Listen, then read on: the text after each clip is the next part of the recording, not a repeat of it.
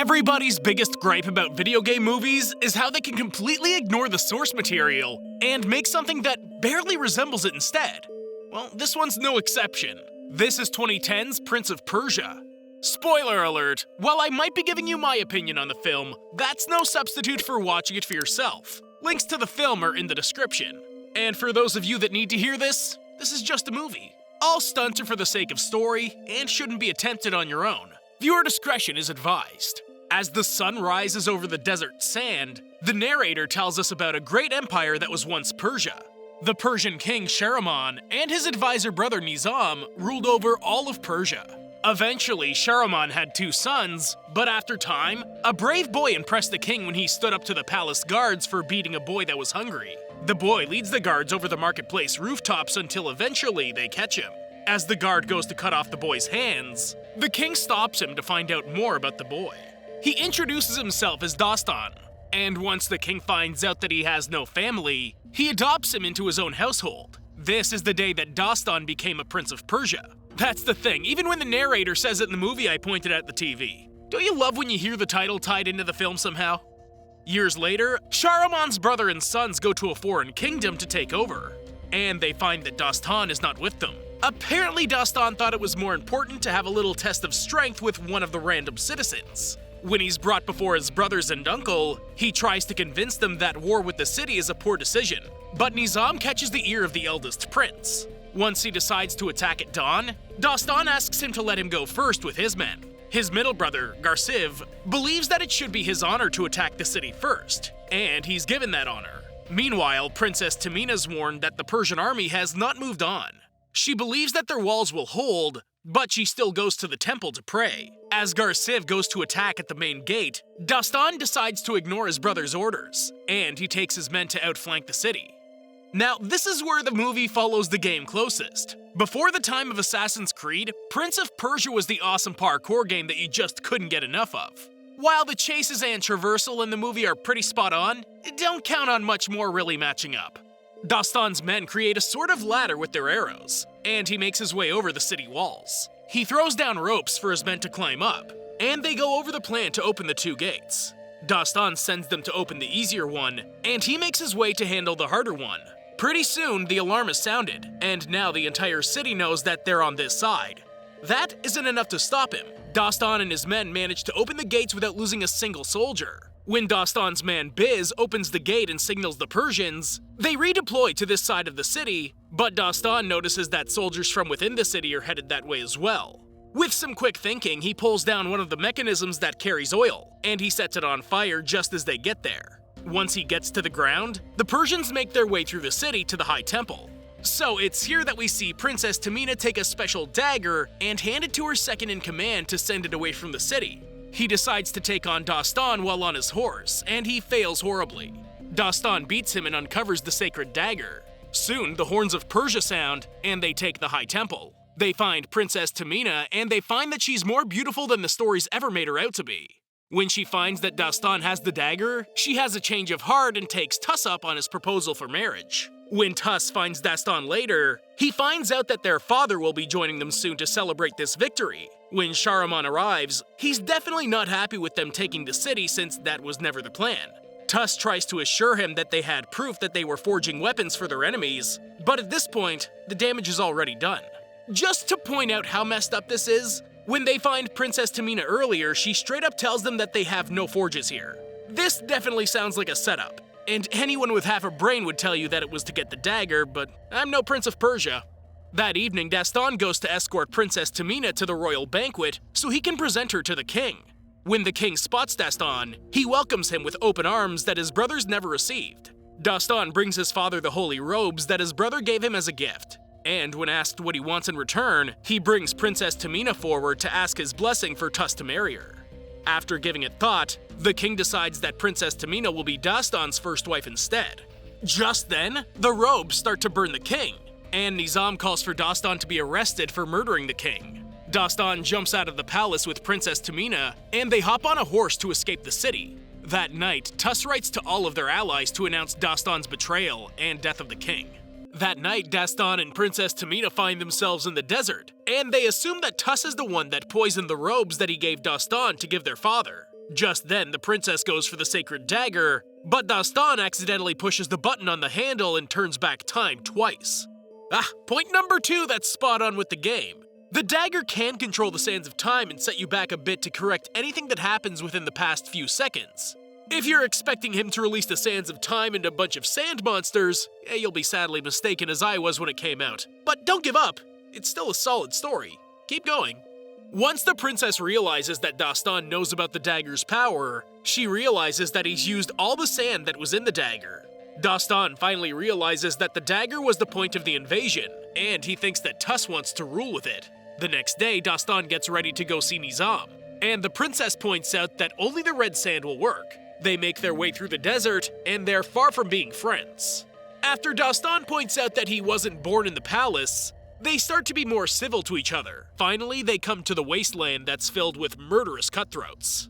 The only cutthroat I see here is Tamina, because she knocks him out and leaves him in the middle of the desert. She's worse than anything we've seen so far. And we're supposed to believe that she was a peaceful princess in the beginning? No way. When Dastan wakes up, he's surrounded by Shikamaru and his men. He introduces Dastan to Siso, and he tells him that one wrong move will have him end his life right there. Just a little farther in the desert, we see Tamina trying to refill the dagger with sand around her neck, but Dastan shows up with Shikamaru. Dastan apparently struck a deal with him to give the princess in exchange for freedom. They take them back to their camp, and Dastan takes the sand from around her neck. Just then, Sheik hurries Dastan back outside where he shows him his enterprise, ostrich racing. Ostriches are just one of those animals that you forget about until they're staring you right in the face. Not entirely sure how I feel about ostrich racing though. After the ostriches race, Sheik has the girls come out with drinks, and Dastan sees that Tamina's one of them now. When he tries to leave, Sheik recognizes him and gets Siso to capture him. Tamina causes a distraction which in turn allows both of them to race their way out of the establishment. After they grab a horse, they make their way back out into the desert, and they eventually see a caravan arriving to the city for the king's funeral. As they get closer to the city, they try to blend in with all of the other people that have come to pay respects. Once inside, Dastan makes his way into the caravan that's carrying his father's body, and he slips a note to Nizam. Soon after Nizam meets up with him, Dastan notices that his hands are burnt even though he was nowhere near the king when the cloak burnt him. Ha! It's always the vizier. Always. If Aladdin never taught me anything, it's to never trust the advisor. On top of that, it turns out that his uncle brought guards with him to kill him. Nope, get rid of him. Dastan tries to run away and soon he's chased by Garciv as well. Eventually, the chase ends when Dastan comes face to face with Garciv. The two of them fight as they remember growing up together, and Dastan continues to try and reason with him. He ends up besting him in battle and leaves him on the ground. That night, Tuss arrives, and Nizam tries to convince him that Dastan came to the city to kill him. He tries to tell Tuss that Dastan wants the throne, and things will go a lot smoother if they get rid of Dastan without a trial. Tuss is just a king though, and he tells them that Dastan must stand trial. After hearing this, Nizam goes to a secret chamber where a special league is training in the art of killing. I don't remember these guys in the game, but you've got to admit that a secret league of Persian ninjas is pretty awesome. They've got bombs, claws, and whips with claws on the end of them. Were these a thing in real life? Nizam goes deeper into the chamber until he comes face to face with a Hassansin. He tells them that he wants Dastan dead, and the Hassansin heads out with the other awesome ninjas. Meanwhile, Dastan catches up with Princess Tamina, who ran away and slept in the desert. After a Persian patrol passes, he asks her what other secret she's keeping from him, and he tells her about how his uncle is actually the one that wants the dagger. He knows that Nizam wants something more, so they pitch a tent to wait out the sandstorm and go over what Nizam is really after. Tamina tells him about the origins of the sands of time, and she tells him that if someone were to pierce the hourglass and press the button at the same time, they could go back as far as they'd like. Well, that is close to the actual story we already knew. Then there would be all sorts of beings that are possessed by the sands and acrobatics all over the place. Also annoying platforming puzzles that you can't solve because old graphics made it really hard to even see a ledge. Dastan hasn't fallen into any chasms though. The two of them decide to go back to Tamina's city to keep the sands from falling into his uncle's hands, but soon the Sheik arrives to claim the bounty on Dastan's head. That night, the Hassansin sends his sneaky snake into their camp to kill them, but Dastan uses the last bit of sand to protect as many of the camp as he can. After seeing Dastan's power, the Sheik agrees to help them to their temple so he can get the gold that's kept there. Once they arrive, Dastan gives Tamina the dagger so she can take it to the hiding spot. But soon, Ciso spots that the entire temple's been murdered. Just then, Garciv arrives. Dastan shows him how Hassansins have murdered everyone there. It's only then that Garciv starts to realize that his brother's innocent, and Nizam is the traitor they've been looking for. It only took an entire village of dead priests. Do you want to know what's great? As soon as Garciv agrees to listen to Dastan, the Hassansins show up and kill him. Just like that. They literally redeemed Garciv just long enough to kill him. Why even bother at this point? While the Hassansins claw through everyone, Tamina goes to the original rock to sacrifice herself as she gives the dagger back to the mountain. Before she can do it, Dastan arrives to stop her. But it's actually the Hassansin that rips the dagger from her hands with his claw whips. One of the snakes sneaks into the cave to retrieve the dagger, and Garciv manages just enough energy to pierce the Hassansin that Dastan is fighting. After Garciv apologizes, he dies. Just like that. Poof! When Tamina arrives at Dastan's side, she tells him that the Hassansins and the dagger are gone. Back at the city, Nizam watches as the Hassansin retrieves the dagger from the snake. Now that the power is in his hands, he thinks that nothing can stop him now. Dastan buries his brother, and he tells Ciso that he's going back to the city to stop his uncle. The Sheik is ready to leave now that he's got his gold, but Ciso convinces him to help the prince in his noble quest. When they reach Tamina's city, they realize how close Nizam is to discovering the hourglass, and they split up to handle the different parts of the plan. Ciso goes to the tower to take down the Hassansin that's guarding the dagger, but the two of them are too evenly matched in the art of long-range fighting. They deliver killing blows to each other, but Ciso manages to throw the dagger out of the tower to Dastan and the others. Can I just point out the obvious here and say that there's absolutely no way that he could have made such an accurate throw without even seeing where he was throwing in real life? That's definitely a Disney moment if there ever was one. Nizam knows that Dastan is here, and he has the guards seal off the exits to the city. Dastan isn't leaving the city though. He heads to Tuss's chambers, and he makes sure that they have a moment to talk uninterrupted. He tells Tuss about everything, and as a way to make him believe everything, he stabs himself with the dagger. When Nizam enters, Tuss presses the button, and the sands turn back time to the moment before he stabs himself. And it was all for no good reason. Nizam literally slices Tuss's throat with one fluid motion, and that's the end of that too.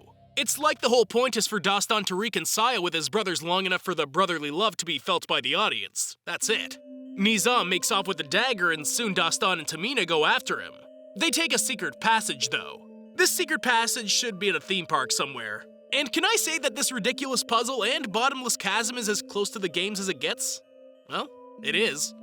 It just so happens that Dastan's fall leads them straight to the hourglass and the lead Hassansin that's waiting for him there. Tamina shows up just in time to make the Hassansin snake bite his own face, and Dastan runs his sword through him, then naturally they kiss. Tamina and Dastan, not him and the Hassansin, sorry. Finally, Dastan stands between Nizam and the hourglass, but Nizam stabs him before making his way to the sands. In a final attempt to live out his destiny, Dastan has to let Tamina fall to her death so he can grab a hold of Nizam as he activates the dagger. The sands are unleashed for a moment, but Dastan closes the dagger just in time to keep the hourglass from cracking. When he's done, he sees that he's actually back at the moment when they took Tamina's city. Dastan rushes to the palace to stop everyone from celebrating, and he convinces Tuss to listen to him. Soon, Nizam pulls a sword on Dastan, but Tuss stabs him instead. When the brothers make their way to Princess Tamina, Tuss apologizes for being misled, and he asks for forgiveness. As a means to peace, Tuss presents Dastan as a suitor to her, and when Dastan gives her the dagger, she knows that something's happened here. She knows. Also, if I'm being honest, I have no idea how the game ends, so I don't know if this is true to the source material. I used to rage quit the game when I was younger, and I still do to this day. After the two of them look into each other's eyes and hold hands, the credits roll. For video game movies, it's not true to the source material per se, but as a movie, it's great and entertaining. Give it a shot. Thanks for watching, and I hope you enjoyed the video. Don't forget to like and subscribe for more like this one. Comment what you think I should watch next, and I'll see you in the next video.